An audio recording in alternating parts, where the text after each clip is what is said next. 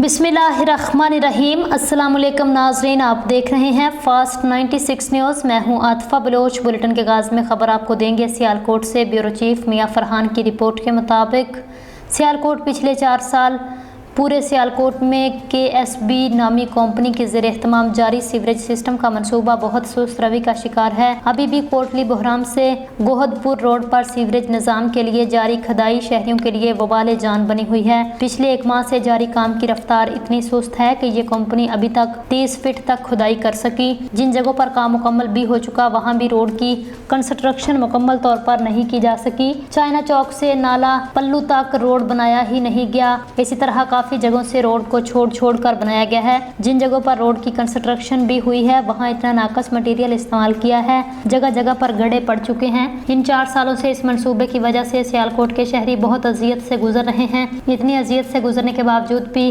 काम नुक्स या मुकम्मल तकमील तक ना पहुँचे तो ये सियालकोट के लोगों की तौहीन होगी। हमारी इंतजामिया वज़ीर आला पंजाब मरियम नवाज शरीफ, वज़ीर आज़म पाकिस्तान मियां शहबाज शरीफ से गुजारिश है इसकी मुकम्मल तहकीकात करवाई जाएँ और इस मंसूबे को जल्द से जल्द पाया तकमील तक पहुँचाने के लिए इक़दामात करें ताकि आइंदा हादिसात से बचा जा सके।